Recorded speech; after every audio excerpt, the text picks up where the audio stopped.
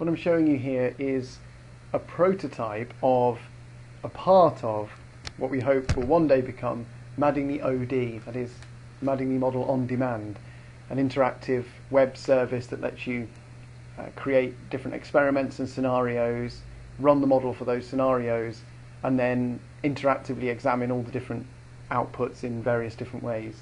As I said, this very early prototype of just one part here, which is focusing on the cohort dynamics, and this is just visualizing pre-calculated output. This is 1 year of output from a simulation for an African savanna.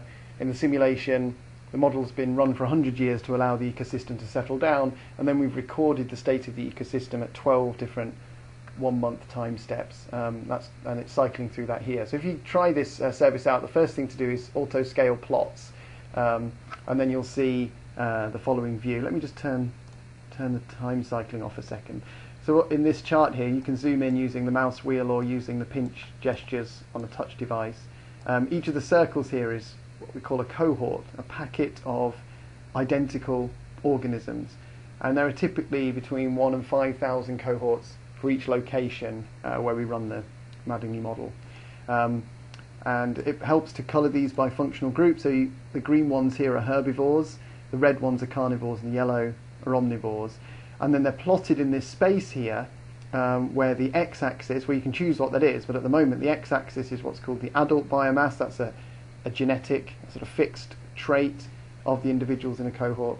The y-axis is the current body mass, which changes, of course, as things get bigger. So as they go forward in time, and you can see that here, you'll see these cohorts move upwards, and that represents the fact that the individuals are growing in body size towards their adult mass. So of course, the individuals never exceed their adult mass. They grow towards adult mass, after which they put new growth into juveniles by spawning new cohorts. The size of the bubbles here represents the number of individuals in the cohort. And then to give you some references, I've put some typical species along here, some reference kind of species, just to give you an idea about what we're looking at. So the things here are roughly the size of elephants. So these are elephant-sized herbivores in green. Down here in red, we've got kind of leopard-sized carnivores. And much further down here, we have, centipede-sized herbivores and omnivores. So again, we can see, we can turn the time back on, and you'll see these things growing up towards their adult size. Now, if you click on one of these cohorts, then the bit on the right-hand side here will give you a little report card for that cohort. So it will say when it was born. So in this case, in month 1143, when it reached maturity. So in this case, month 1187. So it took 44 months for these to reach maturity. They are pretty big, the size of elephants. And then was actually removed after a while. So when cohorts get rare enough, we then remove them, so they're not sort of important in the ecosystem anymore.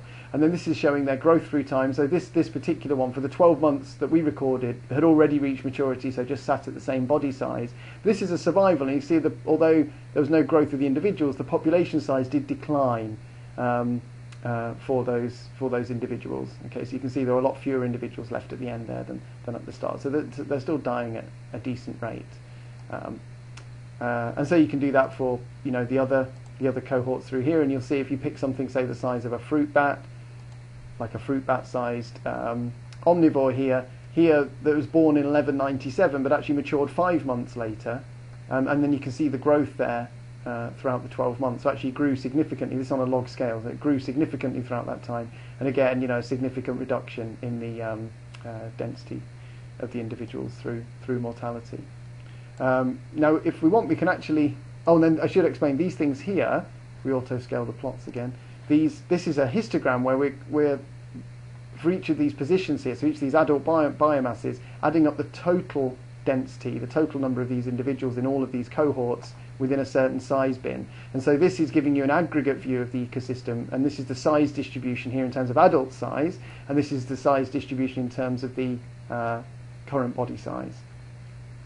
Now we can change the, and I should say we can also do that in 2D. So we put this over here, we can actually see the distribution of the ecosystem. And although you can see we've got that very large collection of separate cohorts, when we place this average view over the top, we can then see that there's a kind of quite well-behaved structure building up here in terms of a roughly log linear distribution of body sizes like we see in real ecosystems. And also, I should say, if we look at some of the numbers here, we can get an idea. So if we hover over one of the cohorts, it will pull out, and the size here is the number of these in a 1 kilometre, sorry, in a 1 by 1 degree grid cell, and it's in log units. So it means that there are e to the 7 of these individuals here, and some of the numbers down here get really quite large. Like we're looking at whatever e to the 16. That's a pretty large number, like a million or so. And I think if we put the heat map over the top and have a look at some of these, you get really large numbers like e to the 19, which I think is about 1.4 billion. So it's saying that there are roughly 1.4 billion individuals in that particular category of adult and current body mass at that time in the simulation. And obviously that, again, changes through time, but not very much. It reaches quite a stable state. Now, if you want, you can also change the axes that we view the ecosystem on. So if we put, on the y-axis, we could put the trophic index. And on the x-axis, for example, we could put the current body mass. And this gives you what I think is quite an interesting view of the ecosystem. So here we're saying we're looking at herbivores, omnivores, and carnivores again. All of the herbivores, by definition, have a trophic index of 2 because they only eat plants. That's the definition.